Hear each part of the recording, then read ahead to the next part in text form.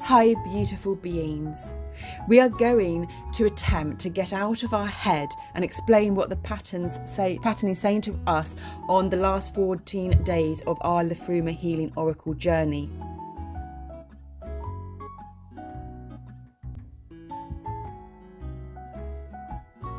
We will stick to just the numbers of the days 1 to 14, which are 67, 10, 62, 65, 0, 76, 56, 32, 3, 34, 25, 50, 28 and 36.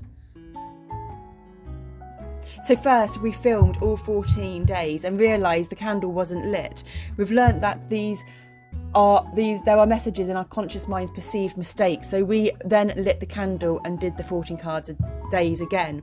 We then realised we'd gone backwards and started with the last card, day 14 instead of day 1. That's when the idea came to us to do the dark and light patternings. We will now leave the words and go into the numbers. These are the parallel lines, days 1 to 14s with the card numbers underneath, and then again day 14 to day 1, dark on the top, light on the bottom.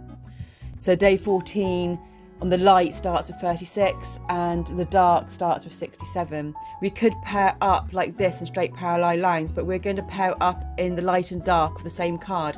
So 1436 dark to 1436 light, which creates this diagonal pattern, which is much better representation of the energetic movement of the unseen realms in a linear in a linear perspective. This is the center point, the void, the vortex, the cross of this middle point where the shift happens, or the toroidal flow energetic centers. It's the 7th and 8th card on the top of the dark and the 8th to 7th on the bottom with the light. For about a week we've been attempting to translate this linear into the circular, from the parallel lines into the figure of 8, with the cross and the vortex, the center point being the important center point in the middle there, the void. First, quickly, if we were to put it into a circle, it would be 360 degrees divided by 14, which is around 25.7 degrees. Very bad freehand LLL for the 14th segments there. So now we're drawing the figure of 8 pattern and just measuring up, but we had to do it again. We did do all this written down first by hand, but we always shift alters depending what we're doing, so it can be quite a challenge. But you can see the light now starts on the top and produces this wavelength and then goes down to the bottom, and then the dark in blue starts at the bottom and then goes up to the top. So we've got that sine wave now going on. We didn't do the parallel lines, we could have done. We've done this diagonal line again, so you can kind of see that same patterning going on between the linear and the circle with a twist in it, a figure of 8. These are all different patterns, perspectives of the same information data. In a static, still, no movement snapshot, in real life things are always moving, which is when that spiral pattern comes in. You may have seen the rotating of the planets, rotating and moving, spiraling. In the language of patterns and our body using cards and narratives to occupy our mental mind's need to have a story, what's really going on is all the patternology information being received by our sensory systems is learning to align and harmonise, which is in constant momentum, movement. Therefore, at the end of the day, the narratives don't matter. They just distract our busy minds while our superconscious attempts to calm our body and mind, so we don't need the distractions.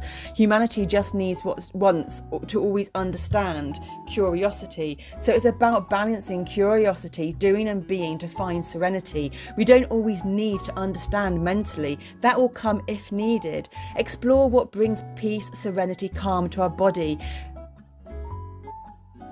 Each one of you will get something different from this Liffruma journey. We would love to hear it in the comments. For us personally, it's allowing the flow of creativity and repetition of watching back so that we can connect our sensory systems through patiently our conscious mind catching up and understanding as and when it's meant to, in all our best interests, not pushing. When the emotions and overwhelm get too much due to our autism and we switch alters and it all changes, it gets too much sometimes. So we need these focuses and training to get us to where we want to be, which we often forget, but primarily it's health and well-being, acceptance and unconditional self-love. If, like us and you struggle with the ride of life and feel alone and isolated, please, please, please be gentle, patient and kind with yourself. Take care and know it's all unfolding.